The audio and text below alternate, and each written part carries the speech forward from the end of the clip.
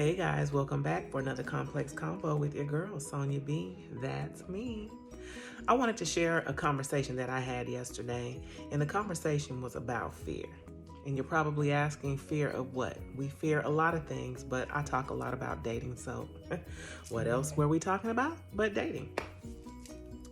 I'm sure a lot of us have had our hearts broken. We've probably broken a few hearts, but in this last year, we've learned to do things a little differently. And perhaps because we've been indoors a lot, it's changed the way many of us have dated, or some of us haven't dated at all. But in either case, before I talk about fear, I do want to make one point very clear. I am not talking bad about anyone who has a true legitimate fear or phobia, okay? Now, when I talk about fear in dating, I am clearly talking about people who are afraid to do something new and different. And I realize that there are a couple of phobias that address just that. There's Neophobia, which is a fear of anything new, hence Neo, trying new things or breaking from a routine. I get that. Some people are set in their ways and they're very regimented, and so maybe COVID has presented a block for you. Not talking about you at all.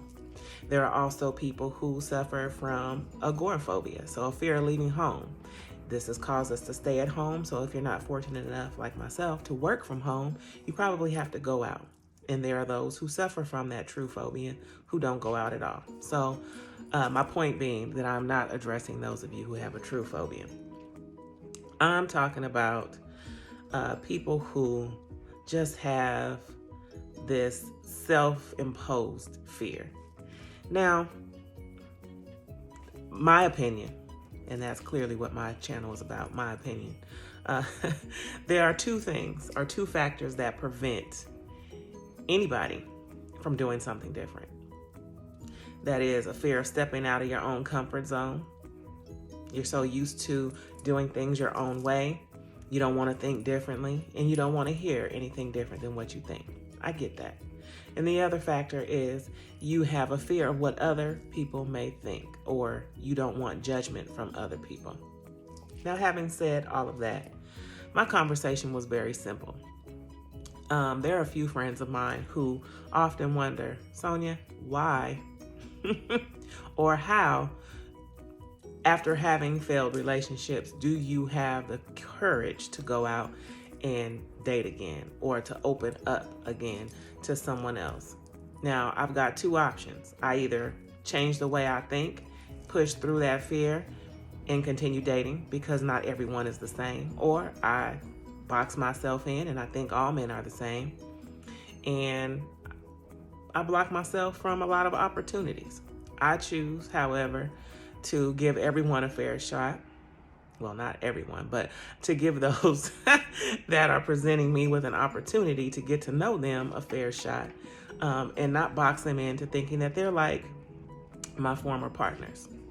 There are some in my friend circle who aren't quite there yet, and I get that, and that's fair. But how long do you stay there? Ask yourself, how long do you stay there? You give yourself a moment of self-pity, you give yourself a moment of anger, you give yourself a moment of self-reflection, and believe me, this last year, I've had plenty of opportunity to reflect on this self. And I hope some of you who are watching this video have had an opportunity to do the same. But in either case, I'm choosing to push forward, okay? There is someone for everyone. As my mother would tell me, there is a glove for every hand. I'm just trying to find that right glove, and hopefully that hand is looking for me to be that perfect glove. But some of us are just miserable.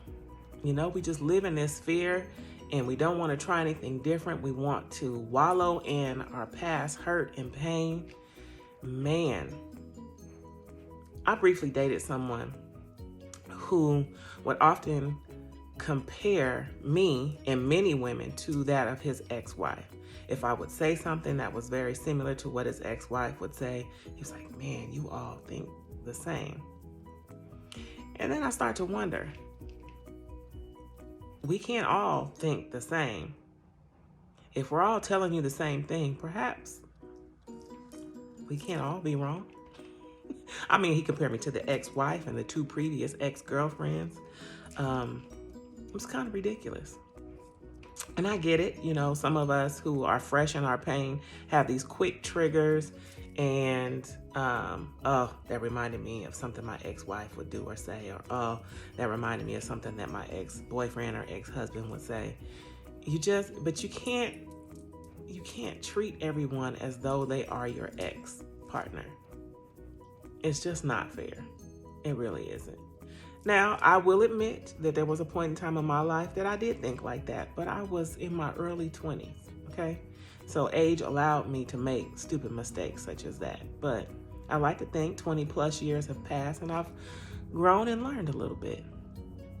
And I've learned not to operate out of fear. Are any of you watching this video living in fear? What are you afraid of? Are you afraid of doing something new and different? Here's a better question.